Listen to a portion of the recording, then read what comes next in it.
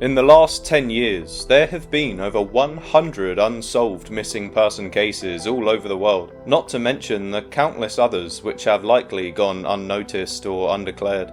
You would think in this day and age of technology with the constant monitoring of CCTV that missing people would be a thing of the past, and yet there seem to be new cases cropping up every year.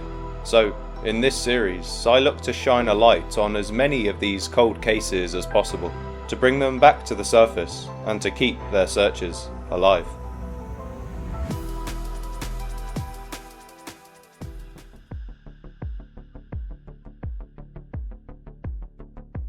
Daniel Robinson was last seen leaving a job site in Buckeye, Arizona on the 23rd of June of 2021.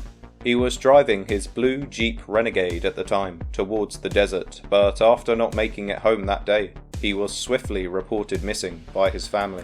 Daniel is described as a 5'8" African American man who weighed around 165 pounds at the time of his disappearance. He has black hair and brown eyes and has a distinct disability where he is missing parts of his right arm. Daniel was working as a geologist, and so he was usually required to drive out to isolated sites in the desert for his job. He had moved into the Phoenix area after graduating as a field geologist in 2019 and was said to be very intelligent and hard-working. A heavy search was conducted by the police along with his family. However, with Daniel's last known sighting to be somewhere in the desert, they had a needle in a haystack situation on their hands. But then, finally, almost 1 month after his disappearance on July 19th, a rancher found Daniel's Jeep rolled over on its side in a ravine on his property, with the airbags deployed. Evidence in the vehicle indicated that the driver was wearing a seatbelt at the time of the crash, and several personal items of Daniel's were found with the vehicle, such as his cell phone, wallet, keys, and clothes. But strangely, there was no sign of Daniel. In late July, a human skull was found in an area south of where his vehicle was recovered, but testing later indicated that the skull was not that of Daniel, and no additional human remains were recovered at that time. In a statement made on September 16th, the Buckeye Police Department announced that they had worked with outside agencies to search over 70 square miles with the assistance of cadaver dogs, drones, and helicopters, but continued to have no luck despite their efforts.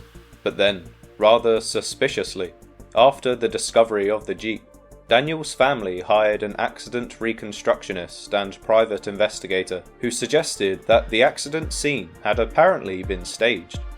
They stated that after the airbags were deployed, the ignition was turned over 46 more times, and that there was an additional 11 miles on the car that registered after the car had crashed.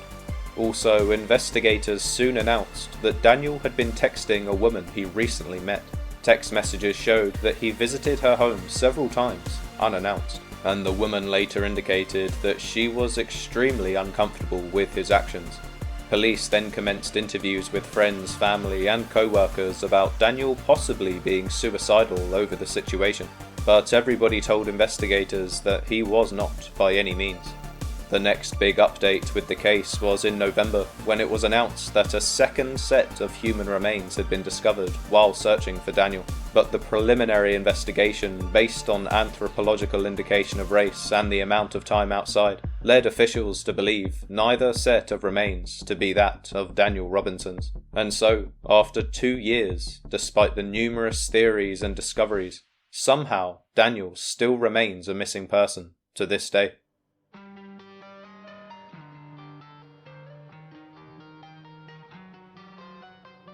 Owen Harding disappeared on the 26th of March in 2020 from a small town called Saltdean in England. Nothing has been heard from him since, and his case still plays on the minds of his family to this day.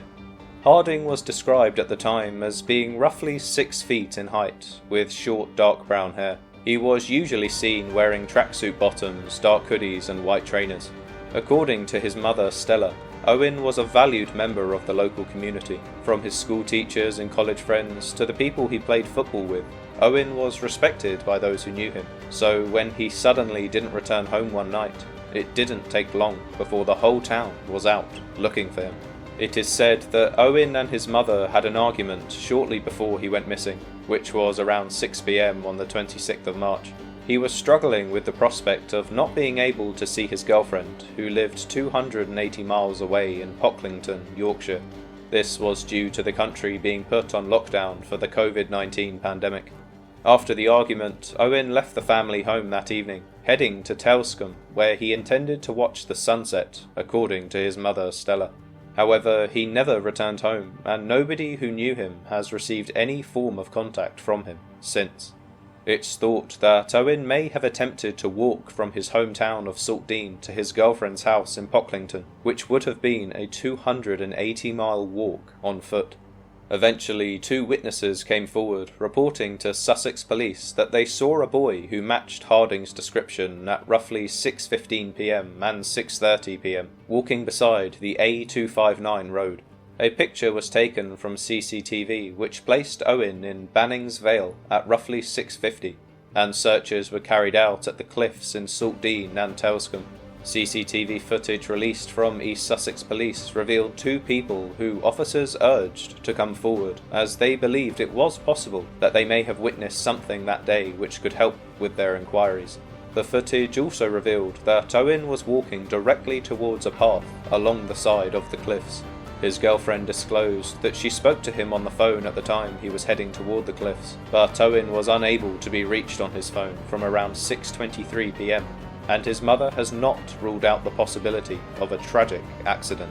Simon Boxall, an oceanographer, has estimated that due to the weather conditions on that day, and the fact that the tide was low, it was likely a body would have been carried out to sea if something had happened.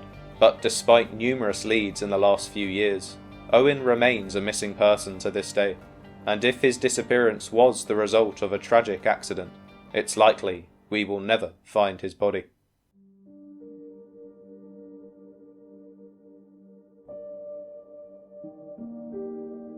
Arjen Kamphuis has been missing since the 20th of August in 2018 and was last seen in Bodø, Norway, as he was heading off for a kayaking trip. He was a cybersecurity expert who addressed topics like safe elections and IT-capable government, and eventually used his IT skills to protect free speech and democracy. Ever since Edward Snowden leaked highly classified information from the NSA in 2013, Arjen was particularly dedicated to protecting investigative journalists to ensure they were entitled to free speech and safe from prosecution. Now, some people familiar with this missing person case do speculate if Arjen had perhaps uncovered something in his research that potentially caused his sudden disappearance. However, there is absolutely no evidence for this, at least from my own findings, so I wouldn't personally say there is any conspiracy behind his vanishing, although it certainly can't be ruled out. At the time of his disappearance, Arjen was also in a relationship with Annie Macon, who was a former MI5 intelligence officer and whistleblower between 2007 and 2014. Together they lived in Düsseldorf in Germany, with another home based in Berlin, where they spent a lot of their time. But then in 2016 they finally settled in Amsterdam. Arjen was a much sought after international speaker on technology policy issues, and he would write about his insights and ideas for the Huffington Post. So it's safe to say Arjen Kamphuis was certainly not an unknown figure in the world of journalism, and with the notorious nature of journalists going missing in recent years, it was not too much of a stretch for his friends and family to call foul play on his unexpected disappearance. However, it must be mentioned that another large part of his life outside of journalism was his love for water sports, especially kayaking, which others believe is the likely cause of his vanishing.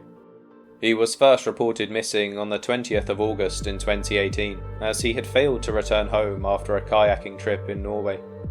Concerned, police were immediately out looking for Arjen with the intention of finding him before it was too late. Dangerous situations are not uncommon when you are kayaking, and so search teams were scouring the area of his last known whereabouts as soon as they were alerted. But after weeks of diligent searching, the police still came up empty-handed, and were forced to call off the search teams and go back to the drawing board, fearing the worst. Well, after some false tips and incorrect sightings, Arjen's family have pretty much given up hope at this point, as Arjen has still not been found 5 years later.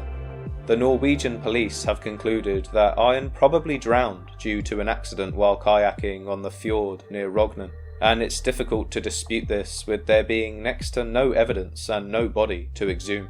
However, until a physical body is found, we may never know for sure what happened to Arjen Kamphuis, and short of a miracle, we likely never will.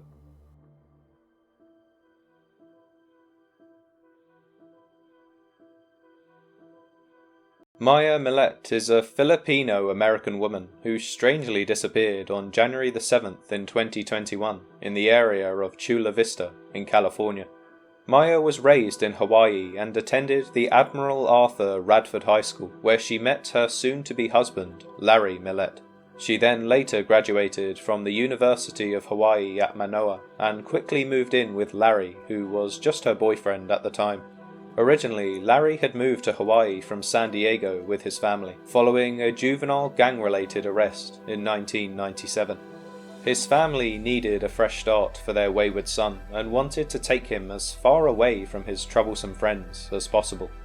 Maya and Larry later married, and he served in the United States Navy for 5 years. His career triggered a move for the couple, and they eventually settled in San Diego, where they had 3 children.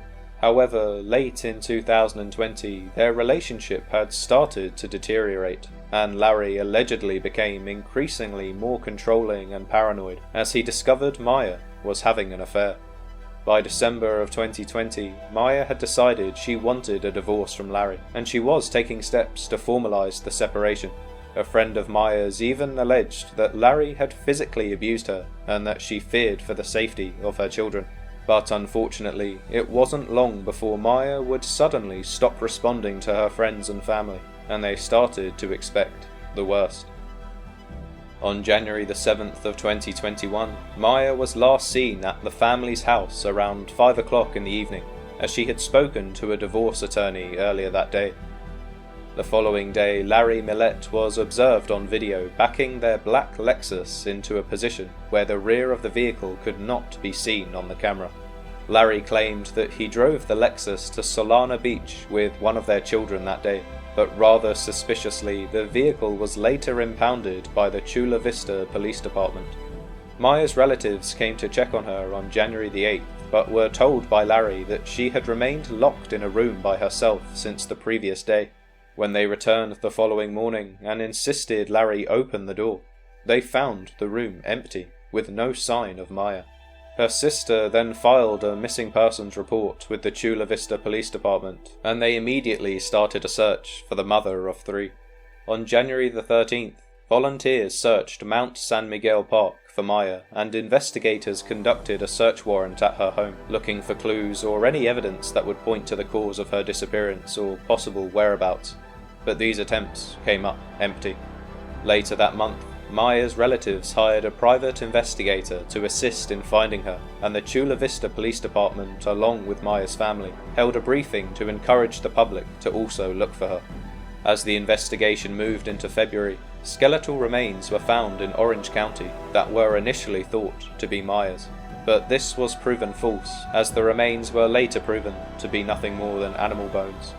Additional searches for Maya Millete were conducted by volunteers at the Glamis Sand Dunes, the lower Otay Lake, and even at an abandoned golf course in Chula Vista, but still there was no sign of Maya. Searches didn't stop, and everybody involved refused to give up hope. However, after checking hundreds of different locations and speaking to numerous witnesses, it was beginning to look like she would never be found. But then, out of seemingly nowhere, despite the lack of hard evidence, Larry Millete was eventually arrested in connection to the disappearance of his wife, as he had raised suspicion by not participating in any of the searches. At this point in time, Larry is awaiting his trial, which is set for September of 2023. However, he still claims his innocence, so until he is finally convicted, we have to assume there is still a small chance Maya could be out there somewhere. Nevertheless, the disappearance of Maya Millete remains one of America's most infamous missing person cases.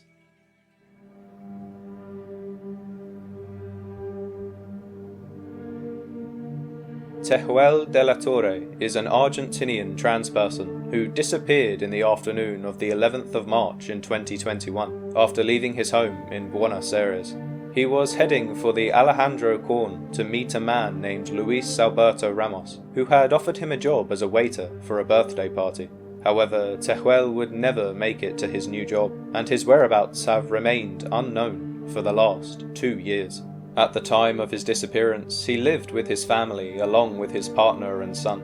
De la Torre had actually just started his gender transitioning a few months before his disappearance.